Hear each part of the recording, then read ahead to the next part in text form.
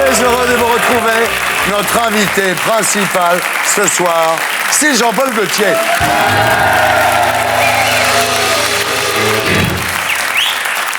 Jean-Paul Gaultier, bonsoir. Bonsoir. Alors vous êtes ici ce soir pour vous expliquer sur cette vidéo scandaleuse qui a fait le tour d'Internet où l'on vous voit sous dans un bar en train de dire « I love Sarkozy ». Franchement. Ça choquait beaucoup, hein, franchement. Ah oui. Je suis réhab. Maintenant. Alors Jean-Paul Ampère, nous serons tous les deux, nous parlerons de vous, de vos origines, de votre enfance, de vos débuts, de vos succès. Nous parlerons aussi des expositions rétrospectives que le continent nord-américain va vous consacrer. Et nous dirons un mot de l'affaire Galliano, viré de chez Dior pour avoir dit « aimer Hitler ». Hitler aurait-il aimé Galliano? On ne sait pas. Vous imaginez Hitler en Galliano? Je préfère pas imaginer, Ouais. non. En Gaultier avec une jupe? Non plus. Non plus. Hein, aucune envie. Alors en P2, nous accueillerons deux nouveaux invités pour discuter avec nous de ceux qui ont fait l'actualité de la semaine. Christine Kelly, membre du Conseil supérieur de l'audiovisuel. Christine nous dira si elle a été sage au CSA cette semaine. Toujours en P2, nous accueillerons Olivier Poivre d'Arvor, directeur de France Culture, pour son livre Bug Made in France chez Gallimard. Vous connaissez Olivier Poivre d'Arvor? Non. C'est celui de la famille qui assume sa calvitie et qui écrit lui-même ses livres. En P3, après le zapping et Guillon, nous accueillerons notre invité du samedi 20h. Ce soir, Audrey Dury, victime de la catastrophe nucléaire de Tchernobyl. Voilà, l'émission s'appelle Salut les Terriens et le groupe Les Gréments de Fortune.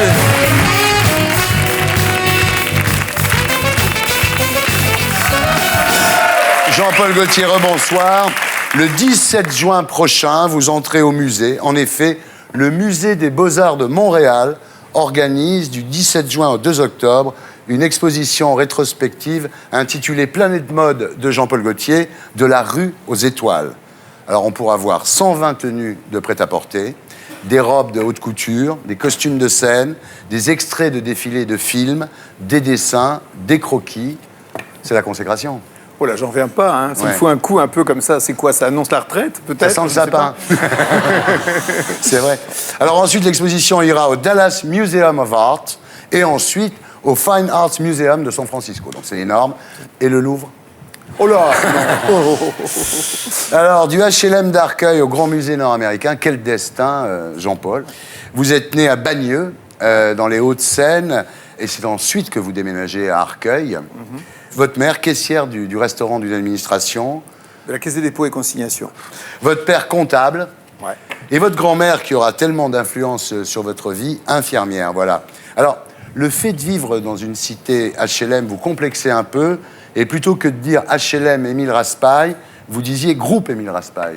Je trouvais pas beau les bâtiments, déjà. Je trouvais l'architecture et tous les briques, c'était pas terrible. En plus, on était en face d'une église qui était par contre très belle, du XIIIe siècle, absolument superbe. En face, il y avait aussi l'hôtel de ville qui, lui, il était assez beau au point de vue architecture. Donc je me disais, je suis là et tout, j'aime pas du tout ça. Donc j'avais un petit peu honte. Et il y avait un petit bistrot avec des Arabes en face. C'était le début de l'immigration. Ce qui est fou, qui touchait en plus, qui était juxtaposé à l'église. Ça, c'est assez étonnant comme mélange, non?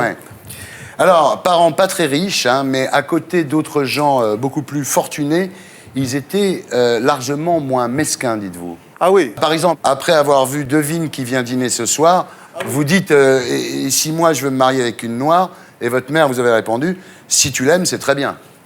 C'est vrai. Pas du tout étroit d'esprit, très ouvert. Des années plus tard, quand je suis revenu et que j'étais amoureux d'un garçon, et que je leur ai dit... Là, ils m'ont dit, est-ce que vous vous aimez? Je leur ai dit oui. Et là, ils m'ont dit, écoute, très bien. Ça donne des forces quand même. Alors, il y avait votre grand-mère, alors Mémé Marie, personnage extrêmement important, fondateur évidemment de votre destin. Vous passiez l'hiver chez elle. Voilà. Je me faisais porter malade, quoi. C'est-à-dire, je commençais en ayant vraiment une petite grippe, et après, je truquais un peu le thermomètre et tout, et je me faisais genre 39 degrés. Le médecin venait. Alors, elle avait des livres de médecine, alors donc j'apprenais. Alors, je me disais, tiens, elle a des rhumatismes, donc je vais avoir des rhumatismes. Alors, c'est avec elle que vous avez appris la psychologie féminine. En effet, votre grand-mère, Mémé Marie, était infirmière, mais elle avait un tas d'autres attributions. Elle tirait les cartes de ses patientes. D'ailleurs, un jour, elle vous a dit, plus tard, tu feras exactement ce que tu aimes. Et ça s'est avéré vrai. Elle disait ça par amour pour moi. Et du coup, ça m'a conforté. Ça fait que dans un sens, j'étais peut-être complexé du fait que j'étais pas comme les autres garçons de la classe. Mais par contre, chez moi, on m'aimait et je sentais ça sans vraiment savoir que ça pouvait être différent autre part. Oui, elle vous aimait pour ce que vous étiez, en fait. Voilà. Alors, elle était aussi conseillère conjugale. Quand ces patientes avaient des problèmes avec leur mari, elle leur conseillait un masque de beauté, un changement de coiffure ou des bons petits plats. Exactement. Et alors, elle avait une attribution encore plus extraordinaire, elle magnétisait les steaks. Alors, c'est quoi, ça? Les côtelettes. Les côtelettes. C'est-à-dire qu'à imposition des mains, tous les jours, pendant, je sais pas, genre une demi-heure. Et c'est vrai que le steak, enfin la côtelette devenait de plus en plus dure et se momifiait. C'est une momification. C'est-à-dire qu'après, on pouvait... C'était comme de la pierre, quoi. Et elle faisait la même chose avec des clémentines. Et après, alors ce qu'elle faisait, la même chose un peu avec ses anciens clients, des personnes qu'elle avait soignées à une époque. Elle faisait la position de main sur des cotons, des gazes, et elle leur envoyait après par courrier, parce qu'ils étaient un peu loin, pour qu'ils se le mettent sur les genoux, et soi-disant, ça marchait. Dès votre plus jeune âge, vous passez donc beaucoup de temps chez Mémé Marie, vous regardez la télé, alors vous regardez au théâtre Ce soir, avec les décors de Roger Hart, La caméra explore le temps, Les Rois maudits, Dim Dam Dom, Daisy de Galard, le patinage artistique, le catch, et un jour, vous voyez une revue des Folies Bergères, les danseuses nues qui descendent des cintres avec des barésilles et des plumes d'autruche, et là c'est une révélation pour vous. Du coup, je trouvais ça tellement beau que le lendemain, en classe, bon, j'étais quoi, en CM2, une chose comme ça, et j'ai dessiné donc une des danseuses avec des barésilles, avec les strass et avec les plumes sur le derrière. Et à ce moment-là, il y a l'institutrice qui est passée derrière moi, que je n'avais pas du tout entendu, et qui, donc j'étais dans mon dessin, qui a vu ça, qui m'a fait lever, qui a pris le dessin. Elle m'a fait... D'abord, elle m'a donné un coup de règle, parce qu'à l'époque, on punissait comme ça, avec un coup de règle sur les doigts. Et elle a pris le dessin, elle me l'a épinglé dans le dos, sur mon pull, et elle m'a fait faire le tour des autres classes. Mais il s'est passé là le contraire de ce qu'elle voulait. Elle voulait que je me sente ridicule et que j'ai honte et tout. Ça a été tout l'inverse qui s'est produit. Moi qui étais rejeté totalement par les autres garçons de l'école, quoi, parce que je savais pas jouer au foot, parce que j'étais pas très bien en gym et tout, ils se moquaient de moi. Là, d'un seul coup, ils se sont mis à sourire et même à rire. Et là, je m'en suis pas rendu compte sur le coup, mais d'un seul coup, j'étais comme intégré. J'étais celui qui savait dessiner, qui pouvait dessiner. Donc d'un seul coup, effectivement, vous n'étiez plus la fille manquée qui jouait pas au foot. Exactement, vous devenez la star de l'école.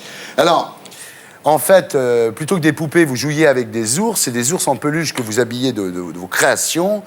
Et là, il y en a, vous lui faites le fameux soutien-gorge au but. Je lui ai fait des seins, comme je savais pas comment faire les seins, et ben j'avais découpé dans du journal et j'avais fait comme un cône comme ça. C'est de là que ça et vient. après épinglé et tout, et je lui ai fait comme ça. En fait, des cônes en fait, oui. Des cônes, et c'est pour ça que c'est devenu des seins coniques.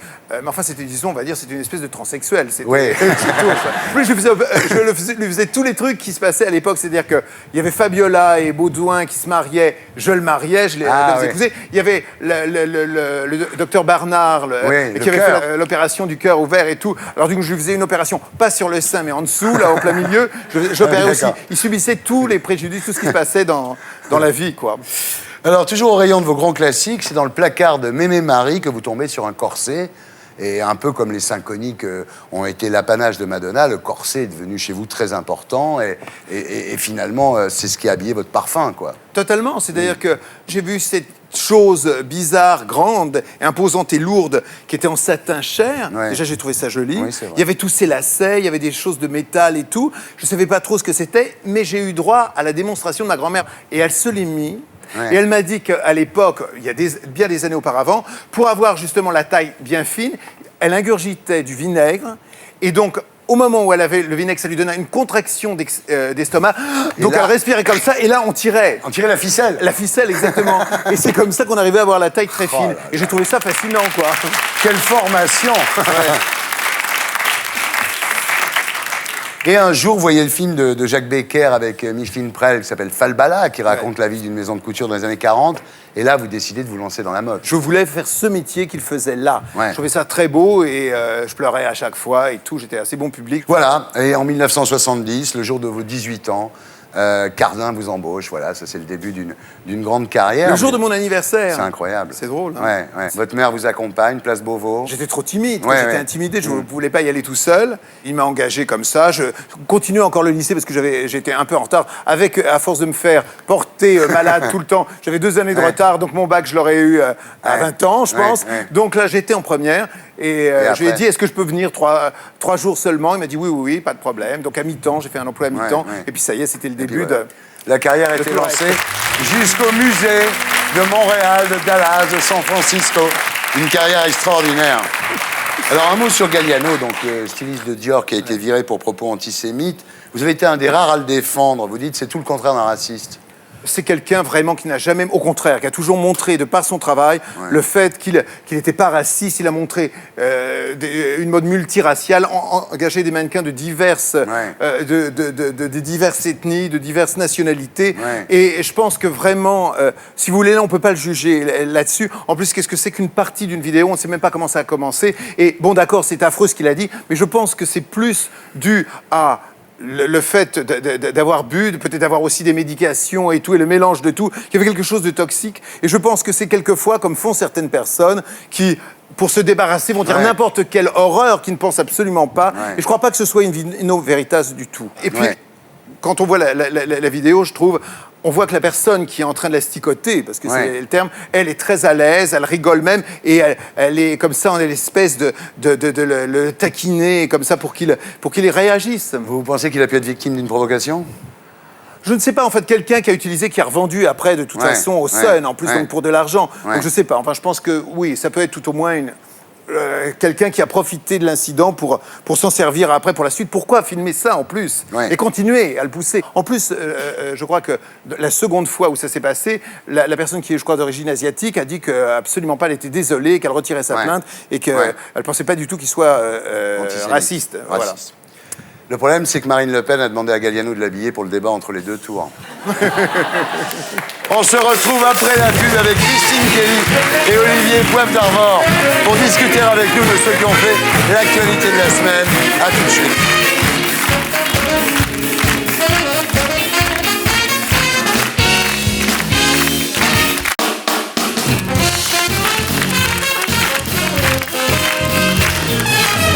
Rebonsoir les terriens, rebonsoir les terriens.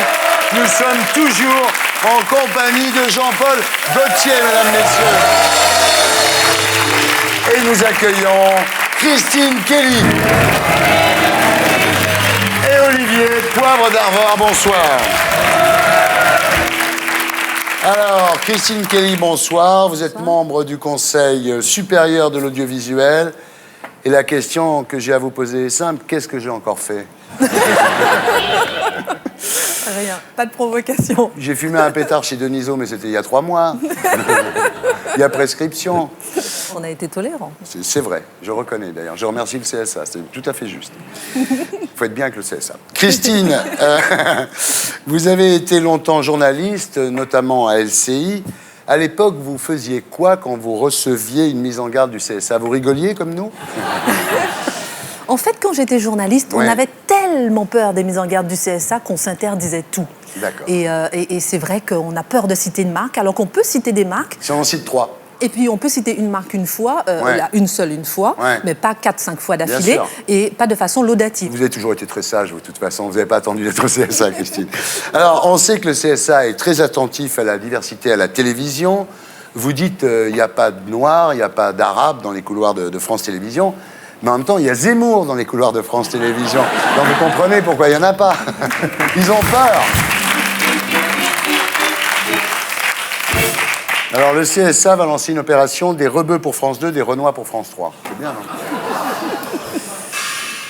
Le problème, non, sérieusement, avec la discrimination positive, c'est que si on va au bout de la logique, il faudrait mettre des blancs en finale du 100 mètres des Jeux Olympiques. Non, mais la discrimination positive, c'est pas vraiment ce qu'on prône, mais on prône la diversité. Pour nous, la diversité au CSA, c'est, on parle des personnes handicapées, on va peut-être penser aux jeunes aussi, qui ne sont pas suffisamment représentés à la télévision. On pense aux femmes, on pense à plusieurs catégories, aux seniors, on pense à plusieurs catégories, et bien sûr, évidemment, à la diversité ethnique. En tout cas, je peux vous faire un compliment? Vous êtes une très jolie minorité visible. Vous êtes belle. Merci. Vous venez des Antilles. Vous êtes journaliste à la télé. Vous vous dites parfois qu'avec un peu de chance, vous auriez pu être la compagne d'Arnaud Montebourg.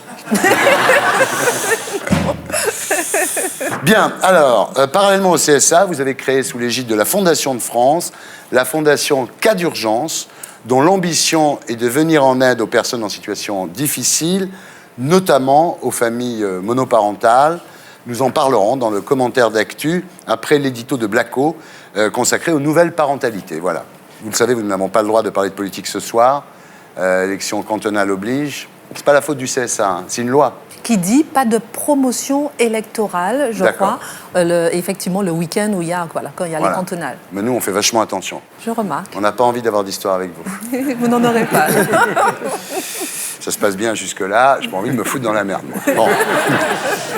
Alors, Olivier Poivre d'Arvor, rebonsoir. Bonsoir. Donc, Olivier Poivre d'Arvor, OPDA. Alors, c'est marrant, autant PPDA, ça fait journaliste, autant OPDA, ça fait SICAV monétaire, moi, je trouve. Il y avait OPA possible aussi. OPA. Il y a OPD, mais ça, c'est malvenu. C'est autre chose. Oui, c'est autre chose. Alors, donc, dans la fratrie Poivre d'Arvor, vous êtes celui qui assume sa calvitie et qui écrit ses livres lui-même, c'est ça? Mais il adore écrire ses livres lui-même, voilà. C'est marrant. Alors, si on vous met à côté de votre frère, hein, vraiment, on dirait une publicité avant-après pour les implants capillaires. Mais c'est pas mal comme ça, non? Moi, je l'adore. Je pense que Patrick aurait dû choisir cette solution, mais Moi, bon. je trouve ça bien comme ça vous va super bien. Je vous remercie. Non, c'est vrai. Alors, vous êtes directeur de France Culture. L'avantage, quand on bosse sur France Culture, on peut dire ce qu'on veut sur Sarkozy, il n'écoute pas. Ben, il m'a dit que si. Il m'a croisé il y a 2 mois, il m'a dit « j'adore cette radio ». Alors, Voilà, donc... c'est un scoop. Oui, c'est une nouvelle importante. alors, Olivier Poivre d'Arvor, vous êtes ici ce soir pour un livre intitulé Bug Made in France, ou l'histoire d'une capitulation culturelle. C'est bien vous qui l'avez écrit. Ah oui, vraiment. Non, je plaisante parce qu'en fait, dans la préface, vous dites c'est un livre à la mode ancienne qui est proposé ici, avec les protocoles d'antan, celui qui, par exemple, consiste à citer ses sources. Oui, c'est important de les citer, mais pour l'occurrence, c'est un essai un peu vif sur la culture. C'était un sujet important, la culture, et on n'en parle plus. Chez vous, dans quelques endroits, mais pas beaucoup chez les politiques. Il faut qu'ils s'intéressent à ce sujet-là, parce que c'est notre pétrole, voilà. Là, quand on lit votre bouquin, on est flippé, hein, ça je vous le dis. Hein, ouais. Je l'ai été un peu en faisant un petit tour aux États-Unis, côte ouest, plus particulièrement. L'affaire dont on parle, c'est quand même 800 milliards de dollars. Hein, ça représente les industries culturelles, le cinéma, la musique, mais évidemment tout ce qui est Internet, qui n'était pas pris au sérieux il y a encore quelques années ici. On pensait que c'était pas, c'était vraiment pour les jeunes et pour les classes populaires. Mais enfin bon, ça a quand même fait tomber des tyrans dans le Maghreb. Et nous, ben, on a le Minitel. Voilà, c'est ce qu'on a inventé, la dernière grande invention française en 80. Le pitch de votre livre, ça pourrait être une formule empruntée à un épisode des Simpsons. Le pays des singes capitulards, bouffeurs de fromage, a perdu sa place d'hyperpuissance culturelle. Oui, il y a encore pas très longtemps, on avait l'impression qu'il y avait 2 modèles, hein, 2 modèles culturels, le modèle américain, hégémonique, épouvantable, impérialiste, et puis le modèle français distingué, exceptionnel, l'exception culturelle. Et quand on fait le tour du monde, il y a 2 cultures. Il y a celle du pays, et d'ailleurs, dans le fond, les gens défendent leur culture, et puis la culture américaine. Alors, ce que vous dites, c'est que la France souffre de sa culture sanctuaire, en passe de muséification. Vous êtes un peu sur la ligne Welbeck, hein, qui dit l'avenir, c'est le patrimoine, quoi. Il a raison, mais les derniers sujets, par exemple, qui ont occupé le ministère de la Culture, c'est quand même des sujets d'importance. C'est la question de savoir s'il faut construire un musée de l'histoire de France, si on doit sauver l'hôtel de la Marine, et s'il faut célébrer Céline, qui est morte il y a 50 ans. Donc c'est vrai que on est un musée formidable. On pourrait devenir un parc à thème, d'ailleurs, de talent. Il y a 80 millions de personnes qui viennent le visiter. Mais moi, ce qui m'intéresse, c'est la création. Et c'est de plus en plus difficile pour les jeunes de créer. Et puis surtout, on est en train de créer une culture blanche, alors qu'il y a quelques témoins ici qui peuvent montrer que la culture, c'est un mélange, notamment très tourné vers l'Afrique subsaharienne ou le Maghreb, qui ne sont pas encore considérés comme étant partie prenante de ce corps traditionnel français dont parlait, il faut que je m'arrête, un ministre du gouvernement. Voilà, un corps traditionnel français. Magnifique. Non, mais c'est vrai qu'en France, en fait, la culture s'arc-boute sur sa dimension artistique. Et c'est pas un business en France, la culture. Non, là, oui, on a honte de parler d'argent. Ouais, c'est ça. Et la culture, c'est l'art, hein, c'est l'exception, c'est l'artiste. Voilà. C'est jamais la science et les technologies. Ouais. Et avec un logiciel pareil, on a oublié tout simplement d'intéresser les scientifiques à la cause de la culture. Et c'est vrai que sur la côte ouest des États-Unis, quand on y va, on voit les transferts d'intelligence entre l'université, Harvard et puis, et puis des entreprises comme Google ou Facebook qui sont des choses formidables d'une certaine manière. Vous trouvez que la culture est trop assistée en France ? Non, elle est jamais trop assistée parce que la grande victoire en 80, ça a été vraiment sur 1% de la culture. Mais on ne doit pas se contenter, en effet, de considérer que l'État est là. Il faut que ça devienne une entreprise aussi. Et dans le fond, un artiste n'a pas besoin d'aller s'exporter parce qu'il n'a pas besoin de faire la preuve par l'étranger. Il n'y a que dans la mode où on est exporté dans le monde. Ouais, mais c'est pas de l'art. Ouais, mais c'est pas c'est de l'art. Mais c'est pas Non. considéré. Mais ça repose sur quelques personnes. C'est ça qu'en même temps, c'est pas des empires. Hein. C'est quelques personnalités de créateurs. Les dessins animés, par exemple. Oui. Qui sont, parce que le dessin animé, c'est le seul programme français qui s'exporte bien avec les jeux à vidéo. l'étranger. Est-ce que ça, c'est considéré comme un art français ou pas? On a vraiment une vision, enfin, la France a une vision de la culture comme étant quelque chose de difficile. Ce que j'adore aux États-Unis et dans le reste du monde, c'est que la culture, c'est du bonheur, c'est facile. Pour nous, c'est difficile. Il faut gravir les échelons, ça se transmet. C'est élitaire, Oui, il y a quelqu'un qui sait, qui va vous dire comment il faut faire. Oui, bien sûr que les dessins animés, bien sûr que les jeux vidéo, et il y a des gens très doués en France, évidemment que c'est la culture. Alors, si on voulait dire, il n'y a plus une culture française, mais une culture européenne, on s'aperçoit à ce moment-là que le budget européen alloué à la culture, c'est le budget du film Avatar. 400 millions d'euros par an. Voilà. Et une vache européenne, une vache à cornes, est 1200 fois plus subventionnée qu'un créateur européen. Oh là là. Parce qu'à 40% du budget, c'est la politique agricole. Alors moi je veux bien qu'on défende l'agriculture européenne, mais pourquoi pas l'idée de la culture européenne dans le fond. En tous les cas, ils ont bien fait de vous nommer à France Culture, moi je trouve. Vous êtes formidable. Juste veux dire que Radio France est une formidable maison de la culture. Voilà, une grande maison de la culture, 13 millions d'auditeurs chaque jour qui écoutent ça. Bien, on passe maintenant au dossier de la semaine avec l'édito de Blacko, et c'est Christian Flavini, pédopsychiatre et psychanalyste, que nous retrouverons sur ce plateau après le magnéto. Nous sommes 7 milliards de terriens, tous issus de la même rencontre, celle d'un spermatozoïde et d'un ovule. Pour autant, est-ce que les parents d'un enfant sont forcément celui et celle qui lui ont donné la vie? En tout cas, pas d'un point de vue légal. En France, l'an dernier, près de 4500 enfants ont été adoptés. Et aux yeux de la loi, les parents adoptifs se substituent totalement aux parents biologiques. D'ailleurs, pas besoin d'être deux, puisque même un célibataire peut adopter.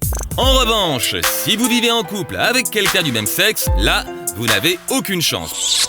Pourtant, selon l'Institut national d'études démographiques, 15 à 20 000 couples homosexuels vivent en famille avec des enfants.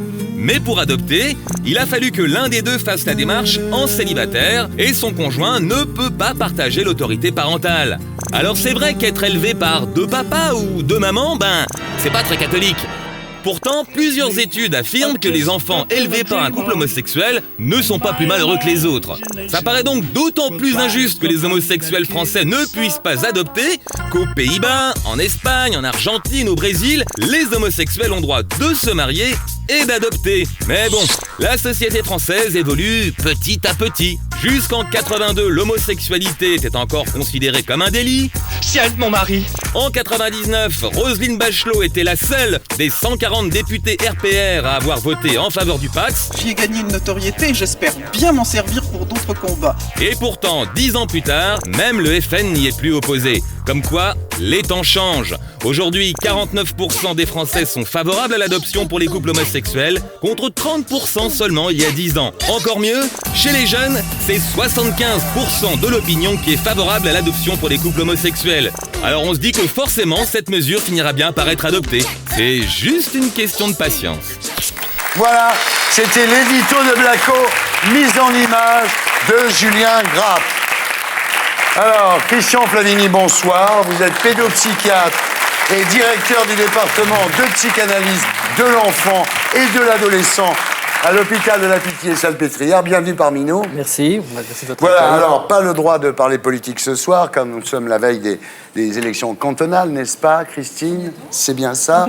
Nous allons donc parler société avec les nouvelles parentalités. Voilà. Alors d'abord, la monoparentalité. Vous avez créé l'an dernier la fondation Cas d'urgence. Le nombre de familles monoparentales a plus que doublé en France en 40 ans. Un enfant sur 5 en France est concerné.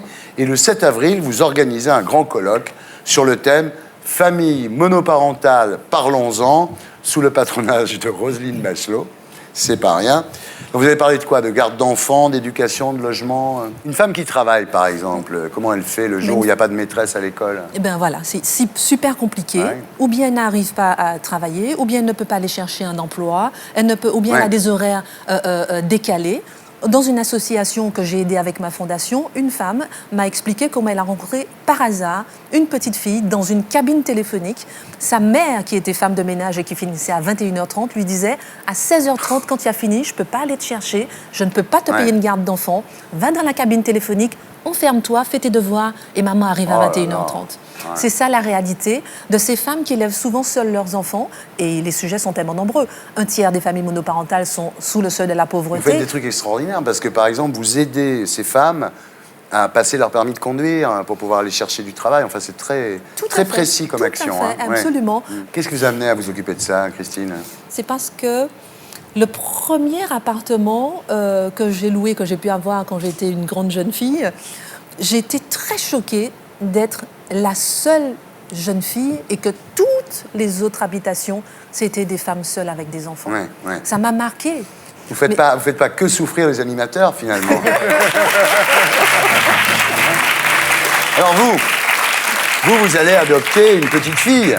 Alors j'adopte une petite fille qui a 7 ans. Donc vous êtes une famille monoparentale, alors? Je vis à quelqu'un, mais je ne suis pas marié, donc je suis célibataire aux yeux de la loi française et j'adopte au Togo, et ça a été un parcours du combattant, mais ça tous les adoptants savent combien c'est compliqué. Et c'est vrai que pour aller souvent en Afrique et m'occuper d'orphelines en Afrique, ce qui compte, c'est l'amour dans cette affaire-là. Et pour ça que je trouve que je suis très en faveur aussi de l'adoption par les homosexuels. Et vous donner de l'amour, il n'y en a pas eu dans bien des familles hétérosexuelles, et c'est vraiment très important. De l'amour. C'est une autre vision du monde, mais les cadres biologiques, les cadres sociétaux ont explosé. Il faut vraiment que la société française s'habitue à ça. Alors, Christian Flavigny, est-ce que l'amour, c'est suffisant? Non. Voilà. Non, l'amour est bienvenu. Ah oui, j'espère. L'amour est bienvenu. Dites-le avec passion, vive l'amour. Bon, mais il n'est pas suffisant. L'enfant a besoin de construire sa raison d'être. Et sa raison d'être, il la tisse à partir de tout un roman qu'il se fait, à partir de ce qu'il ressent, de la façon dont il a été désiré, dont sa venue a été concrétisée. Et donc, il la cherche dans la relation entre son père et sa mère, à partir de ce lien qui est entre l'homme et la femme, puisque c'est le lien d'incomplétude qui fait le désir d'enfant et qui fait la venue de l'enfant. Et l'enfant le souhaite comme ça parce qu'il souhaite combler ses parents. C'est ça qui anime l'enfant. Il vous l'a dit, ça, l'enfant? Ça, bien sûr qu'il me le dit. Il me le dit notamment à travers les difficultés qu'il rencontre lorsqu'il n'a pas cela. Alors justement, ça nous amène à une nouvelle parentalité aussi, qui est l'homoparentalité. Alors aujourd'hui, 58% des Français sont favorables au mariage homo, 49% des Français sont favorables à l'homoparentalité, et surtout 75% des jeunes, ce qui est un chiffre incroyable, ce qui veut dire qu'en fait, même si la loi n'est pas votée, ça n'est qu'une question de temps. 15 à 20 000 familles homoparentales existent déjà, mais les homosexuels n'ont pas le droit d'adopter. Il faut qu'ils adoptent en tant que célibataires. Christian Flavigny, pour vous, il y a dans l'homoparentalité une contradiction anthropologique. C'est-à-dire, pour vous, priver un enfant d'une famille classique, c'est pas naturel. Bon. Alors, qu'il soit bien clair que moi, ce que je développe là, ça n'est pas une diatribe contre les homosexuels, ça n'est pas la question. L'enfant comprend très bien que dans une union homosexuelle, il y a une mise en impasse de la possibilité d'enfanter. Et ça, il le comprend très bien, parce qu'effectivement, entre hommes ou entre femmes, l'enfantement n'est pas possible. Il comprend très bien qu'il y a là une contradiction des désirs. Et je ne mets pas en cause la contradiction des désirs. Par contre, je dis que si on légalise les choses, à ce moment-là, c'est tout à fait une autre affaire. Parce qu'à ce moment-là, on dit à l'enfant qu'il n'y a aucun problème, et que tout cela est valide, et que tout cela est sur le même plan. Autrement dit, ce qui est fondateur pour lui, on lui dit que finalement, on s'en fiche pas mal, et qu'on le néglige. Alors vous allez me dire, mais il y a des sociétés où cela se fait, il y a des cultures où ça se fait. Oui, mais au prix d'une évolution de la famille que je ne souhaite pas forcément. Olivier?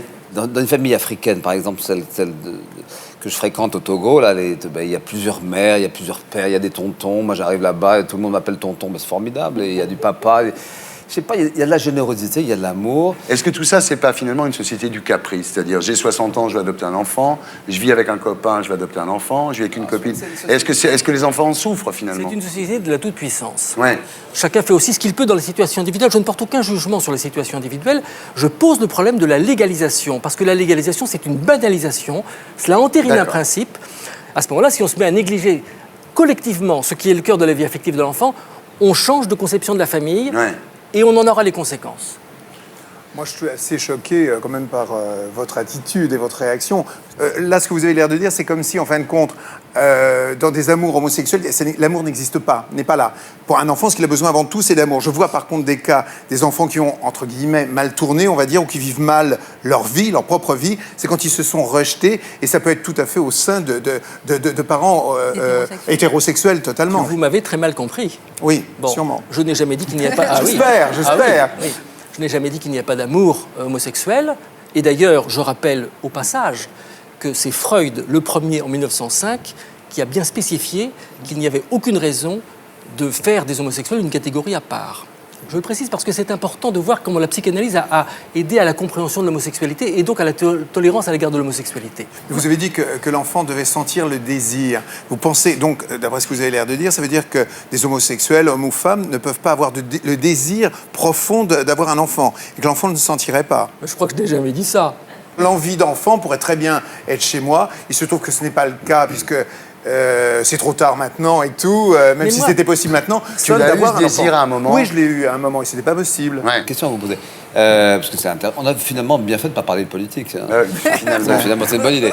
Est-ce qu'un enfant, d'une manière ou d'une autre, ne se trouve pas un père quelque part ou une mère quelque part sans forcément qu'il soit là devant lui? Est-ce on se trouve plein de pères imaginaires? C'est important. Des figures. Ce que vous semblez dire, c'est qu'il faut une figure masculine, une figure féminine, en gros. Oui, c'est ça.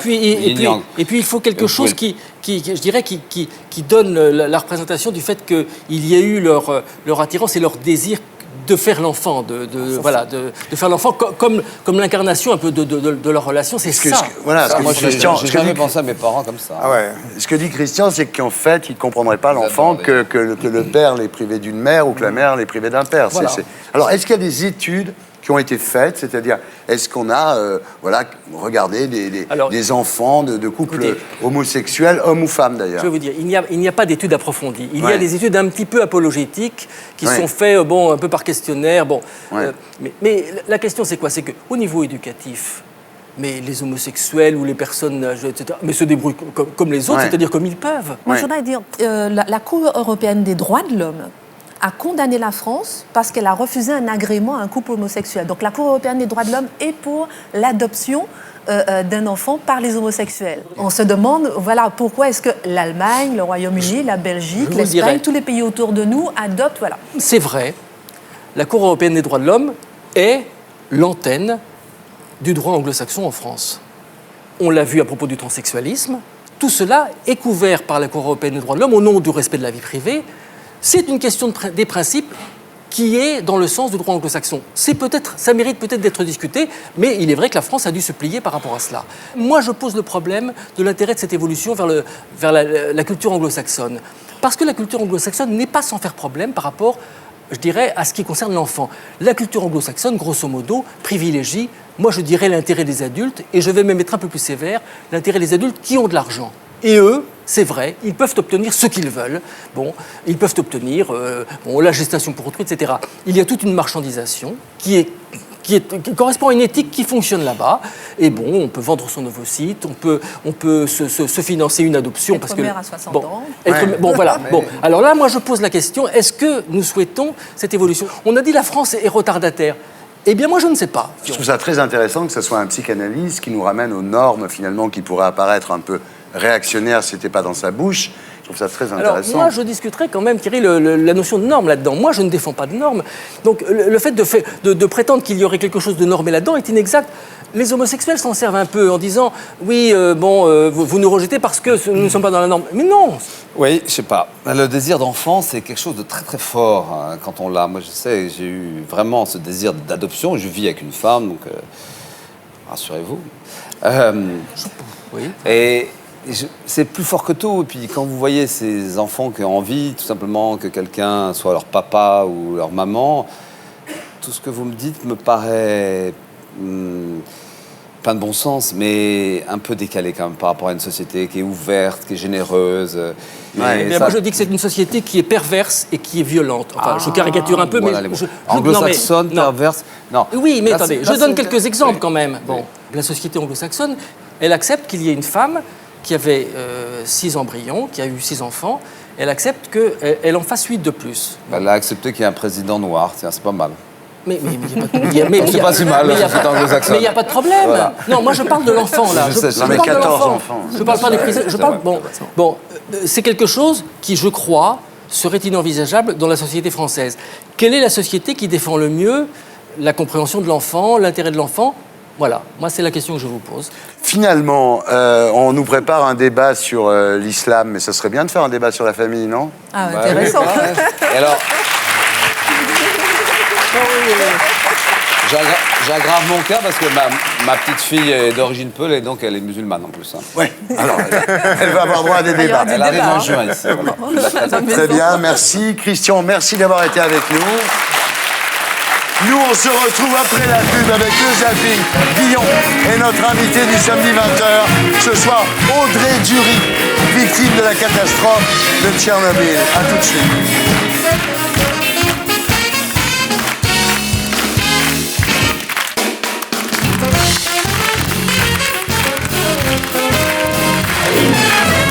Rebonsoir les terriens, rebonsoir les terriennes.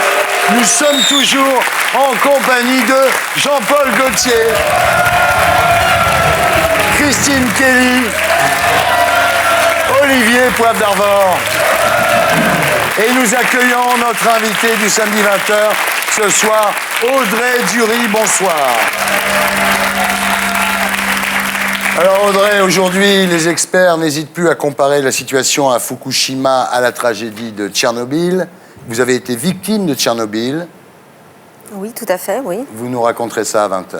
D'accord. En attendant, j'accueille Stéphane Guillon.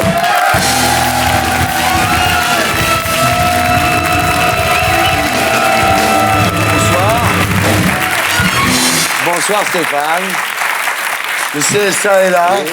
Oui, je suis super Attention, content. mais d'abord, le zapping. C'était le zapping, à vous Stéphane, pour la semaine de Guillon.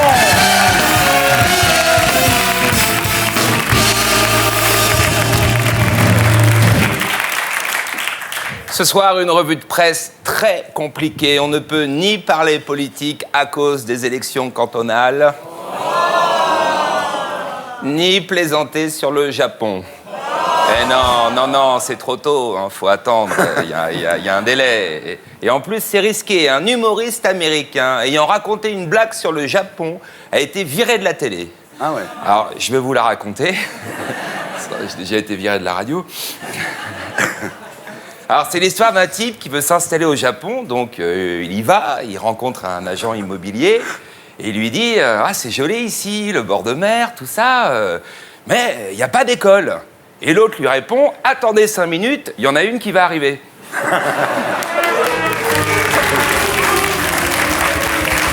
Tu aurais été le premier, hein. Le premier.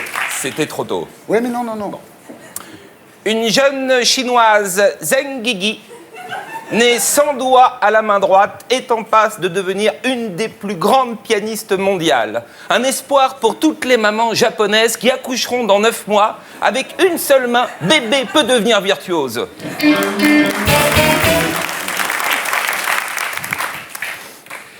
Les voyagistes ne savent plus où envoyer leurs touristes en vacances. Djerba, Hammamet, Monastir n'ont plus la cote. Faut chercher. Moi, je vous ai trouvé une petite annonce. Très belle villa à Fukushima, vue mer entièrement dégagée, aucun vis-à-vis, libre juillet, août et même après, nombreuses activités, surf, balade à dos de voiture. Et pour les fainéants, si vous n'avez pas envie d'aller à la mer peut venir à vous.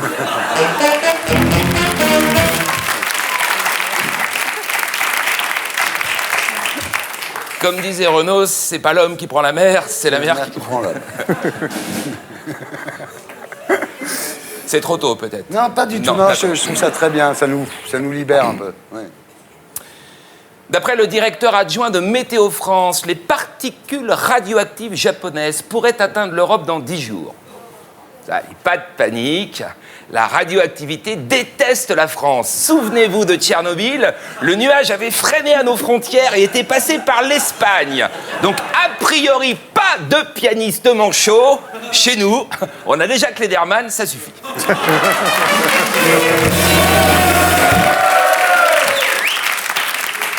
Faire l'amour augmente notre espérance de vie. Putain. DSK va vivre centenaire.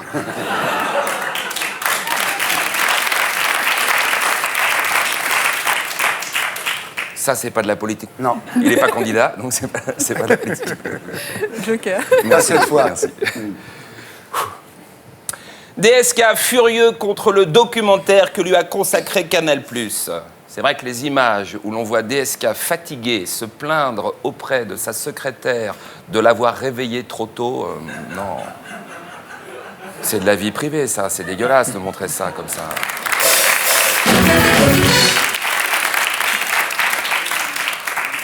Normalement, le porno, c'est le samedi, Non, c'est le samedi. Le fait qu'il l'ait mis comme ça à midi... Vous avez gueulé, non?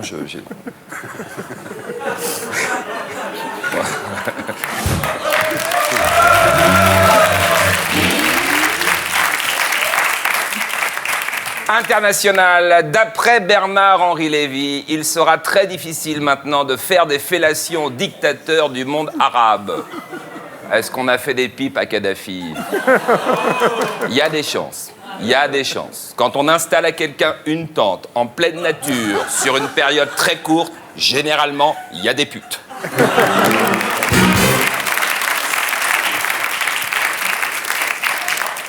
Des staphylocoques découverts dans le spa du Phuket. C'est ça la justice sociale. Le pauvre attrape des staphylocoques en déjeunant chez Quick, le riche en barbotant dans le spa du Phuket.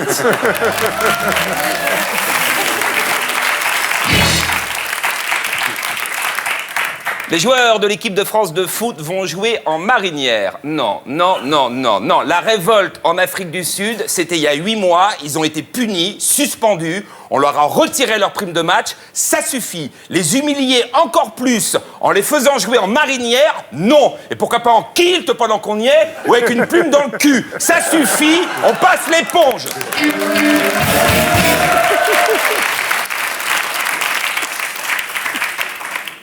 C'est une idée à vous, là, la marinière? Ça aurait pu, ça aurait pu. Ouais. C'est pas la même tout à fait, il y a du blanc en haut, Bien la sûr. mienne. Ouais. Voyou.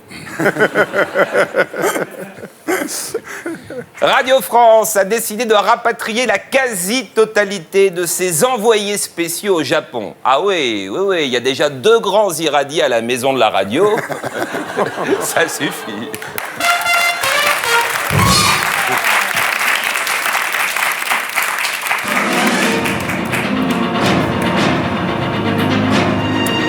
On termine avec l'info de la semaine. Je vous la rappelle, un sanglier a semé la panique dans un centre commercial de Meurthe-et-Moselle. Le bilan est très lourd. Un salon de coiffure dévasté, plusieurs lavabos arrachés et une coupure générale d'électricité due à la chute d'un sèche-cheveux. Tout le week-end, Canal+ vous tiendra informé de la situation en Meurthe-et-Moselle avec une question, Thierry, une question qui est déjà sur toutes les lèvres. Faut-il renforcer la sécurité des supermarchés afin que les sangliers n'y pénètrent plus? Merci et à la semaine prochaine. Merci. Ouais. Bravo. Voilà, c'était Stéphane Millon que vous retrouverez ici la semaine prochaine. Et d'ici là, sur canalplus.fr et sur scène. On passe maintenant à notre invité du samedi 20h.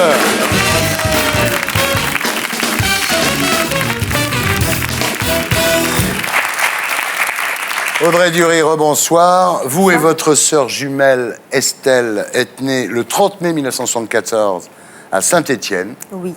Vous grandirez à Saint-Chamond. Père chaudronnier dans une usine de la région. Mère travaille dans une crèche municipale et un grand frère. Oui. Votre passion, c'est les chevaux, Oui, tout à fait. depuis que vous êtes monté sur un poney à l'âge de 4 ans. Oui. En fait, quand vous étiez petite, il y avait 2 choses. Il y avait les chevaux et le lait. Vous adoriez le lait. Du lait frais, ouais. Vous alliez chercher à la ferme. Oui, et puis après, ça se faisait plus, mais c'est vrai qu'au début, Ouais. c'était mon péché mignon. Ouais, Le lait. Oui, tout à fait. Le 29 avril 1986, les Français découvrent au journal télévisé la catastrophe de Tchernobyl, survenue 3 jours plus tôt. Les autorités mettront 4 jours à éteindre le feu nucléaire et les morts se compteront par milliers. Le rideau de fer empêche à l'époque l'information de circuler, mais dès les premières heures, la peur du fameux nuage est sur toutes les lèvres. Pourtant, le 30 avril 1986, Brigitte Simonetta annonce dans son bulletin météo que la France est protégée par l'anticyclone des Açores. D'où la célèbre boutade, le nuage radioactif s'est arrêté à la frontière. Alors que dans tous les pays, les fruits, les légumes, le fourrage sont interdits à la vente, alors que la distribution de pilules d'iode est organisée dans tous les pays, les autorités françaises ne font rien. Peut-être qu'à cette époque-là, ils pensaient que, je ne sais pas, il y aurait eu la panique, qu'on n'aurait peut-être pas su gérer, alors que je pense que c'est un geste, c'est le premier geste à faire, c'est à distribuer des pilules d'iode pour pouvoir se protéger. À l'époque, vous avez 12 ans, Oui. vous venez juste d'entrer au collège, et quelques semaines après Tchernobyl, vous ressentez une gêne dans la gorge, vous avez du mal à déglutir. Votre maman pense que c'est une angine au départ. Oui. Alors le médecin, quand même, remarque que la douleur se situe dans la zone de la glande thyroïde, mais votre taux d'hormone thyroïdienne est normal. C'était paradoxal parce que souvent, quand les gens ont des problèmes thyroïdiens, c'est la première chose qui fonctionne plus, c'est les taux hormonaux qui sont complètement anormaux. Et moi, non. Vous avez une thyroïde particulière parce qu'en fait, chez vous, même avec un cancer plus tard, votre glande thyroïde n'est pas affectée dans son fonctionnement. Pas du tout. Ouais. Pas du tout. Alors après le bac, vous enchaînez un BTS de production animale parce que vous voulez vraiment devenir éleveur de chevaux. Vous achetez une jument? Oui, j'ai acheté une jument à 18 ans. Mais bientôt, vous êtes rattrapé par un mal oublié depuis longtemps, depuis l'âge de 12 ans, une douleur dans le cou, des difficultés pour avaler. Oui, et puis des grosses angines à répétition, des angines avec des ulcères qui amènent à se poser vraiment des questions. Ouais. Alors cette fois, le médecin prescrit une échographie et on découvre 4 nodules accrochés à la thyroïde. Des nodules, c'est bénin, sauf que ça peut évoluer en cancer, les nodules. C'était des nodules qui évoluaient dans le bon sens, quoi. Voilà. Et surtout, ils gênaient toujours pas le fonctionnement de ma glande thyroïde. Donc, en 1996, c'est-à-dire 10 ans après Tchernobyl, vous déménagez pour suivre votre petit ami. Le nouveau médecin vous dit que tout ça est psychologique et il vous dit que c'est pas utile de multiplier les échographies. Enfin, moi, je trouvais pas ça vraiment normal, mais du coup,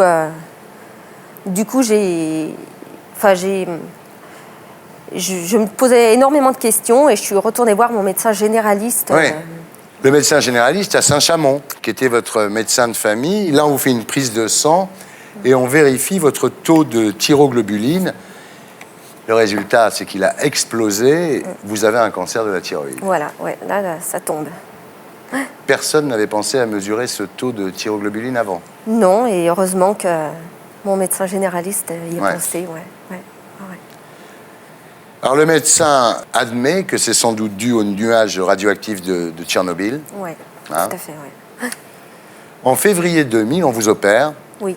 On vous retire la moitié de la glande thyroïde. Oui. Mais on analyse la partie qu'on vous retire et on vous dit qu'il faut retirer l'autre moitié. Tout à fait, oui. Donc 3 semaines après, on y retourne. On espère à ce moment-là que les métastases ne se sont pas propagées dans votre corps. Donc à partir de là, vous n'avez plus de glande thyroïde et vous êtes condamné au Levothyrox tous les matins. C'est toute votre vie.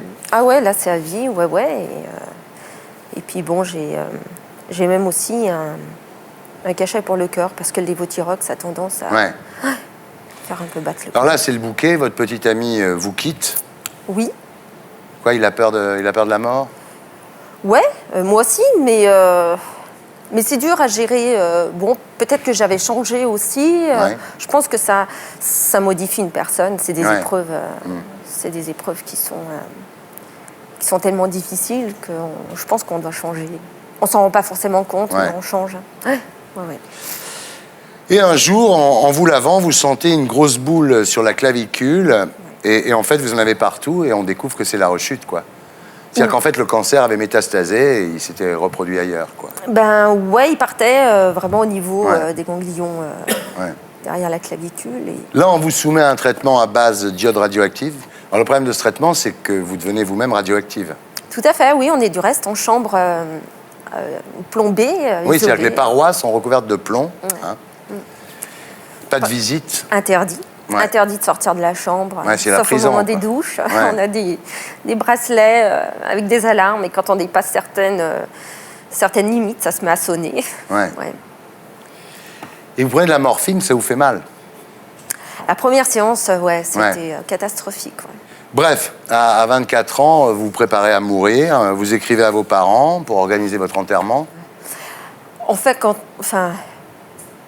ma maman, elle voulait me voir vivre, pas me voir enterrée, quoi. Donc c'est vrai que j'avais préparé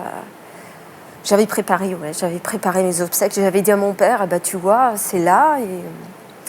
Enfin, c'était ma première réaction. C'était peut-être une réaction excessive, mais c'est tellement synonyme de décès que ça a été ma première réaction. Alors finalement, il faudra 3 interventions. En fait, j'avais 18 nodules. C'était des tumeurs. Voilà, vous finirez par vous en sortir. Ouais, bien. Et puis alors, à croquer la vie. Hein. Vraiment. Ben oui, vous vous mariez, vous faites des enfants. 2. C'est un garçon, une fille. Ouais.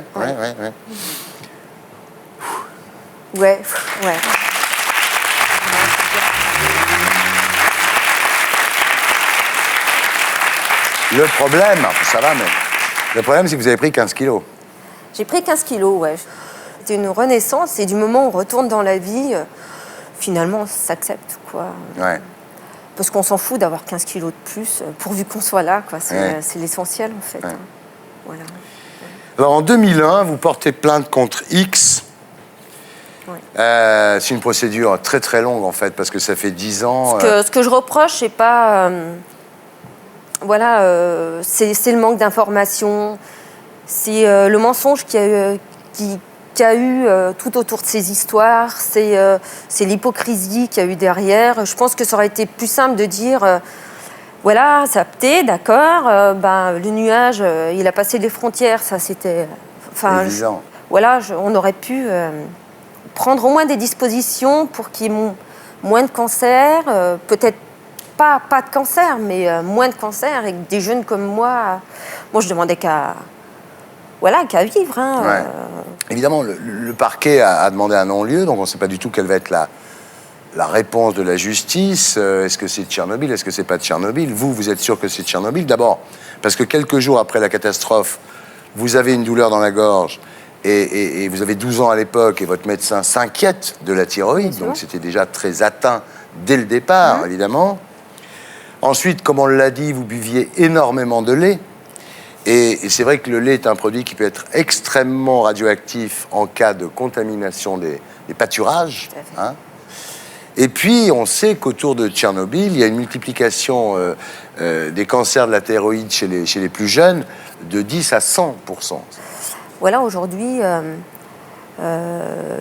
l'Ukraine le reconnaît, mais en France...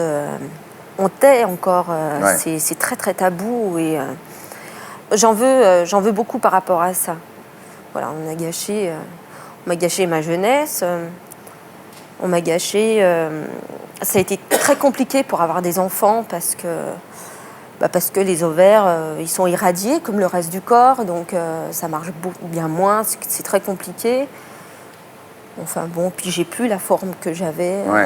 Moi, j'étais hyperactive. T'as plus le cheval? Si, j'en ai des chevaux. Vous en faites plus? J'en fais plus, mais j'en ai toujours. Alors aujourd'hui, j'imagine que quand vous voyez ce qui se passe au Japon, vous pensez encore plus fortement à eux et à ce qui pourrait nous arriver. Je pense que il faudra... Je suis catastrophée quand je vois les centrales au Japon j'ai peur pour eux. Je pense vraiment à eux, mais puis je repense à ce qui s'est passé en 86. Ça fait un flashback, hein, vraiment. Ouais, je me dis qu'il y a des familles qui vont vivre ce qu'on a vécu. Ça fait peur, ouais.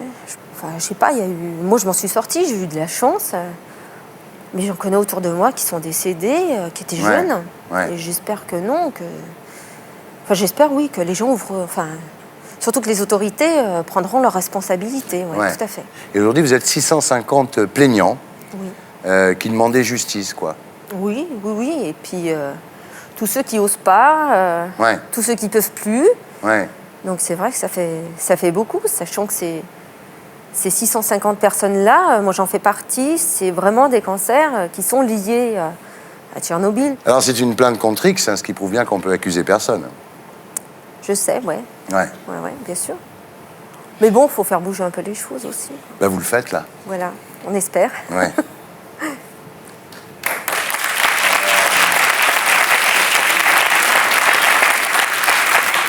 J'étais très touché par votre histoire. Et ce que je trouve assez beau, et en plus d'assez significatif, c'est le fait, votre façon d'appréhender aussi la mort. Parce que vous avez organisé votre enterrement, vous avez pris les choses en main, c'est-à-dire le fait de préparer sa mort, c'est en effet continuer à vivre et se donner une nouvelle vie que vous avez maintenant. Et je trouve ça magnifique, ça c'est vraiment une chose d'espoir. Ce sera le mot de la fin. Merci Audrey. Merci. Voilà, c'était Salut les Terriens avec Jean-Paul Gaultier pour l'ensemble de son œuvre. Christine Kelly, membre du Conseil supérieur de l'audiovisuel. Olivier Poivre d'Arvor, directeur de France Culture pour Bugman in France chez Gallimard. Christian Flavigny, pédopsychiatre à la Pitié-Salpêtrière. Audrey Dury, merci. Merci à tous ceux qui m'ont aidé à faire cette émission. Je vous laisse avec le SAV des émissions et grelande.com. Pour les abonnés à 20h50, Ma vie pour la tienne avec Cameron Diaz. On se retrouve la semaine prochaine. D'ici là, sur canalplus.fr. Salut les terriens!